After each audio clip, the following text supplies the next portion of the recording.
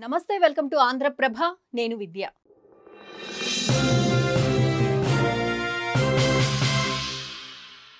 భారత్ పై విషాన్ని వెదజల్లడం పాకిస్తాన్ కు మొదటి నుంచి ఉన్న అలవాటే అదేమీ నిన్న మొన్నటిది కాదు భారత్ లో రక్తపాతం సృష్టించడమే లక్ష్యంగా పాక్ పన్నాగాలు పన్నుతూ ఉంటుంది ఉగ్రవాదాన్ని పెంచి పోషిస్తున్న పాకిస్తాన్ కు ఇటీవలే ఆపరేషన్ సింధూర్ పేరుతో భారత్ గట్టి బుద్ధి చెప్పింది ఇదిలా ఉంచితే ఇండియాను అత్యంత ప్రమాదకారి దేశంగా భావిస్తోందట పాకిస్తాన్ ఈ నేపథ్యంలోనే తన అణ్వాయుధాలకు పదును పెడుతోందట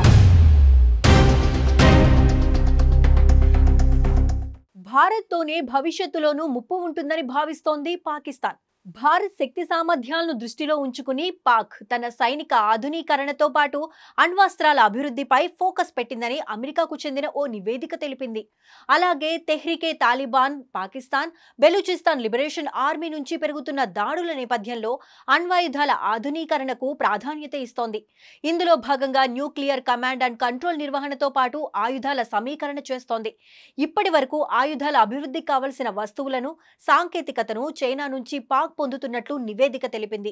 వీటిలో కొన్ని హాంకాంగ్ టర్కీ యుఏఈ దేశాల ద్వారా మళ్లిస్తున్నట్లు పేర్కొంది అయితే పాక్ లో పనిచేస్తున్న చైనా జాతీయులపై ఇటీవల దాడులు జరిగిన నేపథ్యంలో ఆ దేశాల సంబంధాలపై ఎఫెక్ట్ పడిందని అంచనా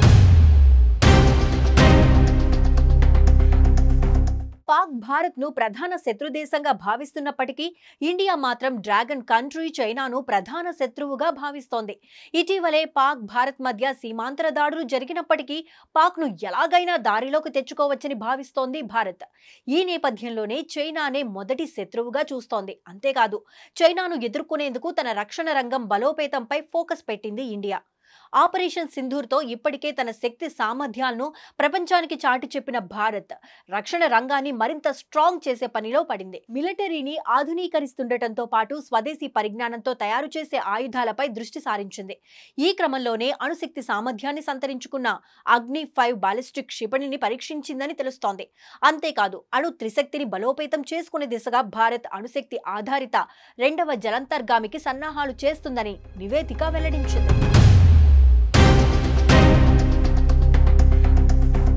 దీంతో పాటు దేశ భద్రతకు భారత్ ప్రధానమంత్రి నరేంద్ర మోదీ ఇచ్చే ప్రాధాన్యతను ఈ నివేదిక క్లియర్ గా చెప్పింది అంతర్జాతీయ వేదికపై తన నాయకత్వాన్ని ప్రదర్శించడం చైనాకు ధీటుగా నిలబడటంపై భారత్ దృష్టి సారించిందని తెలిపింది అంతేకాదు చైనా పలుకుబడిని దెబ్బకొట్టి హిందూ మహాసముద్రం ప్రాంతంలో ద్వైపాక్షిక ఒప్పందాలకు భారత్ ప్రాధాన్యం ఇస్తుందని పేర్కొంది మరోవైపు భారత్ శత్రు దేశంగా భావిస్తున్న చైనా కూడా మిలిటరీ సామర్థ్యాన్ని పెంచుకుంటోందని నివేదిక పేర్కొంది తైవాన్ను ఆక్రమించే ప్రయత్నాల్లో భాగంగా ఈ ప్రయత్నాలు చేస్తున్నట్లు తెలుస్తోంది ఇక తూర్పు ఆసియాలో బలమైన దేశంగా ఉండాలని భావిస్తోన్న చైనా వ్యూహాత్మకంగా అడుగులు వేస్తోంది ఓవైపు సైనిక శక్తిని పెంచుకుంటూనే మరోవైపు దౌత్య భద్రత మరియు వాణిజ్య పరంగా అగ్రరాజ్యం అమెరికాను సవాల్ చేస్తోంది ఇక చైనా ఈ ఏడాది మిలిటరీ బడ్జెట్ ను 5.2% నుంచి $247 బిలియన్ కేటాయిస్తున్నట్లు ప్రకటించిన సంగతి మనందరికీ తెలిసిందే ఇప్పటికే ఆపరేషనల్ న్యూక్లియర్ వార్ హెడ్స్ 600కు పైగా చైనా వద్ద ఉండగా 2030 నాటికి వీటి సంఖ్య 1000 దాటే అవకాశం ఉంది